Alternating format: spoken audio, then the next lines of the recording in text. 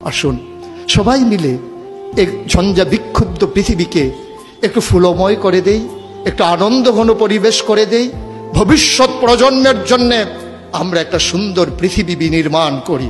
আর এই সুন্দর পৃথিবী বিনির্মাণে ওলামায়ে কেরামের নেতৃত্বে যে সংগঠন আপনাদেরকে সামনে টানছে, হেরার দিকে নিয়ে যাচ্ছে, যে হেরার রশ্মির আলোতে আপনার জীবন, পরিবার, রাষ্ট্র, গোটা বিশ্ব, মনে রাখবেন আপনি কখনোই বাংলাদেশের সন্তান নন, আপনি বাঙালি নন, আপনি বাংলাদেশি নন।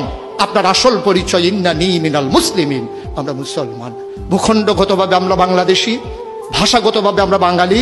আর আমার আসল পরিচয়, আমি যেখানেই থাকি আমার আল্লাহ এক, আমার কোরআন এক, আমার কেবলা এক, আমার কাবা এক, আমার নবী মুহাম্মদ রাসূলুল্লাহ সাল্লাল্লাহু আলাইহি ওয়াসাল্লাম। তার নেতৃত্বে যেমন করে ১৫০০ বছর আগে মানুষগুলো একই পতাকায় ঐক্যবদ্ধ হয়েছিল, আজও তার রেখে যাওয়া আদর্শের ভিত্তিতে আসুন সকল ভেদাভেদ ভুলে সবাই এক হয়ে যায়।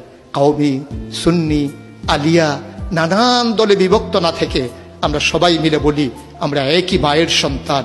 সেই মা যদি হয় হাওয়া, সেই মা যদি হয় ইব্রাহিমের স্ত্রী, আমাদের জন্য যারা মা, তাহলেই আমরা মনে করি আমরা একীভূত হওয়া সম্ভব। আসুন, ভাগাভাগি নেই। আমি চৌধুরী, আমি সরকার, আমি পেশকার, কোনো পরিচয় আমার আসল পরিচয় নয়। আমার আসল পরিচয় আমি মুসলিম। এটাই হোক মূল মন্ত্র, এটাই হোক সামনের পথ চলার পাথেও। তাহলে এই মজলিস সার্থক হবে, তাহলে এই পথ চলা সুন্দর হবে, তাহলে এই সময় দেওয়া কাজে লাগবে।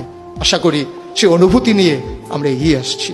আমরা নিজেদেরকে বিলিয়ে দিতে চাই জাতির বিনির্মাণে, আমরা নিজেদেরকে উৎসর্গ করতে চাই সুন্দর পৃথিবী নির্মাণে। তাহলেই সার্থকতা, তাহলেই সুন্দর। আমরা তো নিকৃষ্ট কোনো জীব নই, আমরা আশরাফুল মাখলুকাত, মানুষ।